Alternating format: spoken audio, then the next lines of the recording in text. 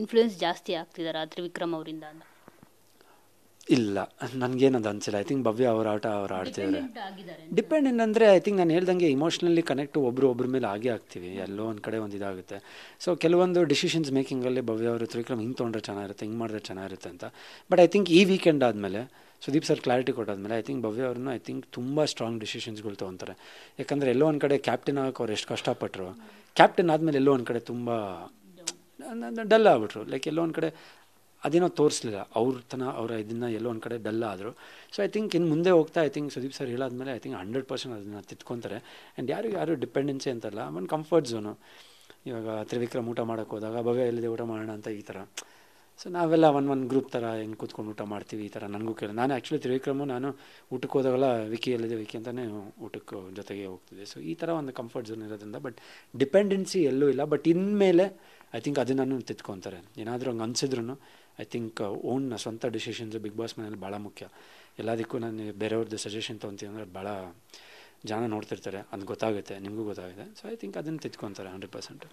ಭವ್ಯ ಮತ್ತು ತ್ರಿವಿಕ್ರಮ್ ತುಂಬ ಕ್ಲೋಸ್ ಆಗಿದ್ದಾರೆ ಬಿಗ್ ಬಾಸ್ ಮನೇಲಿ. ಸುದೀಪ್ ಸರ್ ಯಾವಾಗಲೂ ಅವ್ರನ್ನ ಕಾಲು ಎಳಿತಾನೆ ಇರ್ತಾರೆ. ಆದರೆ ಹೊರಗಡೆ ಬೇರೆದೇ ಟ್ರ್ಯಾಕ್ ನಡೀತಾ ಇದೆ, ತ್ರಿಮೋಕ್ಷಿ ಅಂತ. ಅಂದರೆ ಯಾವಾಗ ಮೋಕ್ಷಿತ ಮತ್ತು ತ್ರಿವಿಕ್ರಮ್ ನಡುವೆ ಜಗಳ ಆಯಿತು, ಇವ್ರದ್ದೇ ಕ್ಲಿಪ್ಪಿಂಗ್ಸ್ ಜಾಸ್ತಿ ಆಗ್ತಿದೆ. ಅಂದರೆ ಆ ಕ್ಲಿಪ್ಪಿಂಗ್ಸ್ ಎಲ್ಲ ನೋಡಿದಾಗ ಎಲ್ಲೋ ಒಂದು ಕಡೆ ತ್ರಿವಿಕ್ರಮ್ ಮತ್ತು ಮೋಕ್ಷಿತ ನಡುವೆ ಸಮಥಿಂಗ್ ಇರ್ಬೋದು, ಲವ್ ಏನಾದರೂ ಇರ್ಬೋದು ಅಂತಲೂ ಅನಿಸುತ್ತೆ. ಜೊತೆಗೆ ಎಲ್ಲರೂ ಮಾತಾಡಿದ್ರೆ ತ್ರಿವಿಕ್ರಮು ಅವರು ಇಮ್ಮಿಡಿಯೇಟ್ ರಿಯಾಕ್ಷನ್ ಇರುತ್ತೆ, ಆದರೆ ಮೋಕ್ಷಿತ ಮಾತಾಡಿದ್ರೆ ಮಾತ್ರ ರಿಯಾಕ್ಷನ್ ಇರಲ್ಲ, ಸುಮ್ಮನೆ ಕೇಳಿಸ್ಕೊಳ್ತಾ ಇರ್ತಾರೆ. ಸೊ ಇದನ್ನೆಲ್ಲ ಕಂಪೇರ್ ಮಾಡಿ ನೋಡಿದಾಗ ಎಲ್ಲೋ ಮತ್ತೊಂದು ಟ್ರ್ಯಾಕ್ ನಡೀತಿದೆಯಾ, ಲವ್ ಟ್ರ್ಯಾಕ್ ಅಂತ ಅನ್ಸುತ್ತೆ. ಟ್ರೋಲ್ ಕೂಡ ಅದೇ ರೀತಿ ಆಗ್ತಿಲ್ಲ. ಅದಕ್ಕೆ ಒಂದು ಕ್ಲಾರಿಟಿ ಏನಂದರೆ ಆ್ಯಕ್ಚುಲಿ ಮೋಕ್ಷಿತ ಅವ್ರಿಗೂ ತ್ರಿವಿಕ್ರಮ್ಗೂ ಸ್ಟಾರ್ಟಿಂಗ್ ಒಂದು ಜಗಳ ಆಗಿರುತ್ತೆ. ಮೋಕ್ಷಿತ ನಾಮಿನೇಟ್ ಆಗಿ ಬಂದಮೇಲೆ ಜೋರಾಗಿ ಕಿರ್ಚಾಡ್ತಾರೆ.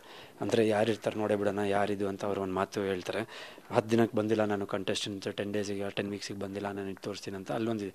ಸೊ ಅಲ್ಲಿ ತ್ರಿವಿಕ್ರಮ್ ಏನಂದರೆ ಅವರು ಚೇಂಜ್ ಆಗಬೇಕು, ಅವ್ರ ಮಾತಿನ ಬರೋದಲ್ಲಿ ಏನಾದರೂ ಒಂದು ಹೇಳ್ಬಿಟ್ರೆ ಅದನ್ನು ಚೇಂಜ್ ಆಗಬೇಕಂತ, ಬೇಡ ಏನಕ್ಕೆ ನಾನು ಎಲ್ಲರೂ ನಿಷ್ಠುರ ಆಗಬೇಕು ಅನ್ನೋ ಒಂದು ಸಾಫ್ಟ್ ನೇಚರ್ ಬಂದ್ಬಿಡ್ತು.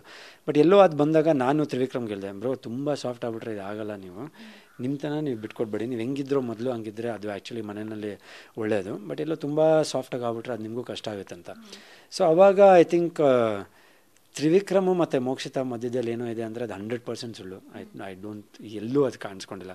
ಯಾಕಂದರೆ ಮೊನ್ನೆನೂ ಮೋಕ್ಷಿತ ಓಟು ಅದೇನೋ ಗಾದೆಗಳು ಮಾಡಿದಾಗ ತ್ರಿವಿಕ್ರಮ್, ಯಾಕಂದರೆ ಅವ್ರಿಗೆ ಎಲ್ಲೋ ಒಂದು ಕಡೆ ತ್ರಿವಿಕ್ರಮ್ ಬಗ್ಗೆ ಒಂದು ಏನೋ ಒಂದು ಇವರೆಲ್ಲೋ ಒಂದು ಡಬಲ್ ಗೇಮ್ ಆಡ್ತಾ ಇರೋಂಥ ಮೋಕ್ಷಿತ ತಲೆಗೆ ಬಂದಿದೆ.